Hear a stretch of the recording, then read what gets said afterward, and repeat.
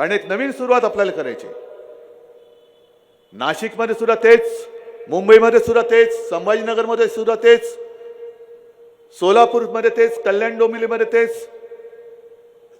अहो जगातला मोठा पक्ष आणि त्यांच्याकडे उमेदवार द्यायला माणसं नाहीत. मग ह्याचं उचल, त्याचं उचल, त्याचं उचल.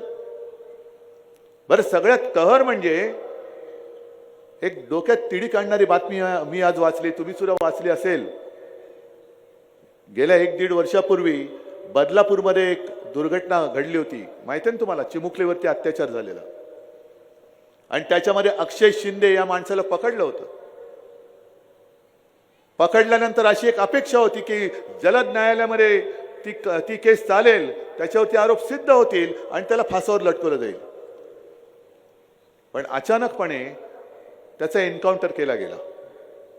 आणि तो एन्काउंटर केल्या गेल्यानंतर प्रश्न हाच पडला की त्याच्याबरोबरचे जे सहआरोपी आहेत, तुषार आपटे, आणखीन एक माणूस, माहिती अशी तेव्हा मिळाली होती की हे संघाचे कार्यकर्ते आहेत. खरे खोटं मला माहिती नाही.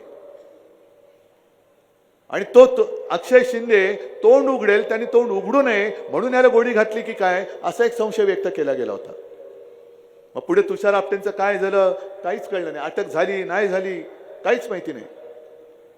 पण आज अचानक अशी बातमी आली की बदलापूरमध्ये भाजपने तिकडे चांगले नगरसेवक निवडून आले, मग तिकडे मिंदेचा सफाया केला आणि तुषार आपटे या विकृताला स्वीकृत नगरसेवक केला.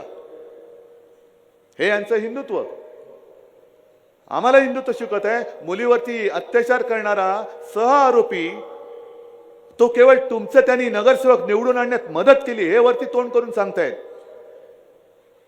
की त्यांनी आमचे नगरसेवक निवडून आणायला मदत केली म्हणून आम्ही त्याला स्वीकृत सदस्य केलं.